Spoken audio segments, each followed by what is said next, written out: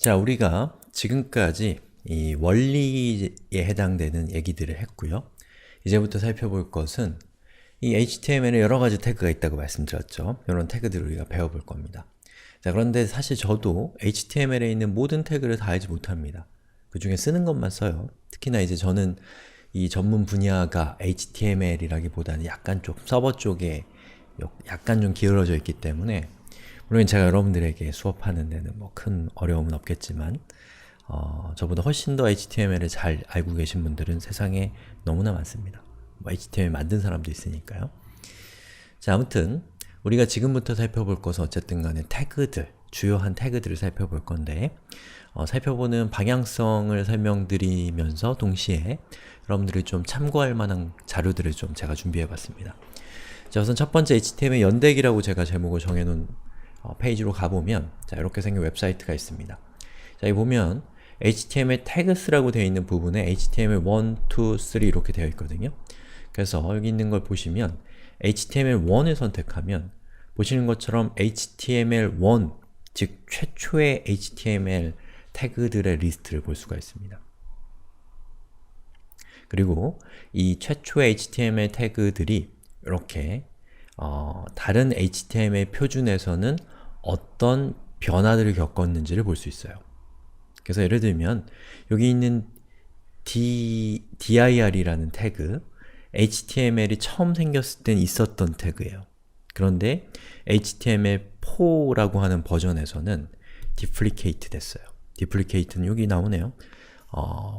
비난하다, 반대하다 이렇게 해석하시기보다는 사용하지 마세요라고 이 HTML을 만드는 W3C라는 곳에서 쓰지 말라라고 하는 겁니다.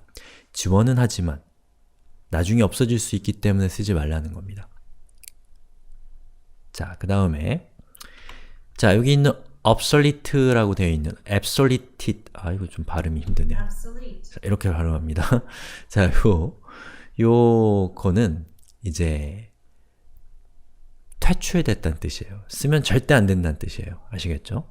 예. 그럼에도 불구하고 어떤 브라우저들은 그냥 제공하긴 하지만 어쨌든 스펙상으로는 퇴출됐기 때문에 여러분들은 쓰면 안 된다는 뜻입니다. 즉, 어떤 태그들은 보시는 것처럼 이렇게 소멸되는 태그가 있고 현재까지도 여기 있는 이런 태그들은 현재까지도 있다라는 거죠. 지원되고 있다는 거죠. 자, 그래서 여기 있는 이 태그들이 최초의 HTML 태그 18개입니다. 세보면 물론 h1 같은 경우는 6개 이렇게 되기 때문에 숫자를 딱 특정해서 얘기하기는 어려워요. 자, 그리고 여기 있는 요 최초의 태그들은 최초의 태그들 중에서 여전히 살아있는 태그들은 어떻게 보면 상당히 중요한 태그죠. 그래서 제 수업의 중요한 방향성은 이 웹이 발전하는 과정에서 이렇게 태그가 늘어납니다. 요런 그 태그들을 역사적인 순서에 따라서 늘어난 태그들을 살펴보는 게 첫 번째 우리 수업의 축입니다. 그래서 여러분들도 요 각각의 태그들이 언제 출현했는지 이런 것들도 이 학습자에게는 상당히 중요할 수 있는 괜찮은 이 공부거리거든요. 그러니까 여기 있는 요 링크를 북마크 해두시면 좋을 것 같아요. 자, 그 다음에 또 하나는 HTML 통계인데요. 이거는 이제 구글에서 이 작성한 이 웹페이지들을 구글은 분석을 많이 할 거 아니에요. 검색 엔진이니까. 그래서 그 분석한 결과를 공유한 내용입니다. 그래서 여기 있는 걸 보시면 자, 이거는 뭐냐면 어떤 웹페이지가 하나 있을 때 그 웹페이지에 얼마나 많은 태그들을 사용하는가 라는 건데 보시는 것처럼 태그를 하나도 쓰지 않는 경우는 미비하죠. 그런데 보시는 것처럼 태그를 한 4, 5개, 6, 7개 이렇게 사용하는 웹페이지가 굉장히 많다는 거고 어떤 웹사이트는 보시는 것처럼 이 태그를 1000개 이상 사용하는 웹사이트들도 이렇게 있다는 거죠. 규모가 큰 사이트들 또는 웹페이지가 좀 많은 정보를 담고 있는 경우에는 저렇게 되는 거죠. 재밌는 건 통계가 이렇게 일정하게 된다는 것이 참 신기하죠. 자, 그 다음에 요거는 이제 어떤 웹사이트의 웹페이지에 있는 태그들 중에 그 중복되는 것들을 다 제거하면 19개 정도의 서로 다른 태그가 가장 많다라는 그런 뜻인 것 같아요. 예, 아무튼 그 다음에 여기 있는 것은 각각의 웹페이지들에서 등장하는 태그들을 통계를 내봤는데 보시는 것처럼 자, 잘 안 보이시죠? 헤드 태그가 제일 많다는 걸 알 수가 있죠. 그 다음에는 HTML 태그고 그 다음에는 타이틀, 바디 태그 그 다음에 우리가 배웠던 A 태그가 나오네요. 그리고 우리가 배우지 않았던 IMG 태그 저거는 뭐냐면 이미지를 표시하는 태그입니다. 자, 메타 태그 우리 살펴봤죠? 그 다음에 BI 태그는 줄바꿈할 때 쓰는 거고 테이블 태그는 표에 해당되는 태그입니다. 자, 이 스크립트, 이 P 태그는 이거는 단락을 구분할 때 쓰는 태그 스크립트 태그는 자바스크립트 같은 걸 쓸 때 쓰는 태그고 이 div는 이 웹페이지를 꾸며줄 때 이 그룹핑 해주는 지금 뭐 몰라도 되는 태그입니다. 자, 뭐 이런 순으로 있다는 거예요.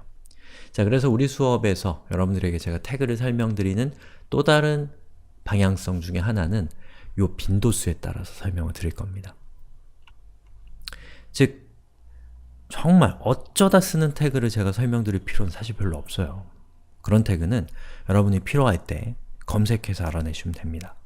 자, 그런데 여기에 있는 태그 중에 A 태그 안 배우면 되겠어요? 안 배우면 안 되죠. 빈도가 이렇게 높은데요. IMG 태그 안 배우면 되겠어요? 배워야겠죠. 이런 빈도수들이 매우 높은 태그들을 여러분들에게 우선 설명해 드리고 빈도수가 낮은 태그는 나중에 설명하거나 아예 설명하지 않아 버리거나 이런 식으로 수업을 진행을 할 생각입니다. 그래서 여러분들도 너무 무작정 공부하시는 것보다는 이렇게 과학적인 분석을 바탕으로 해서 여러분들이 이 공부를 하시면 훨씬 좋겠죠. 자, 그래서 여기 있는 웹페이지를 조금만 더 보면은 자, 어디를 보면 되나요?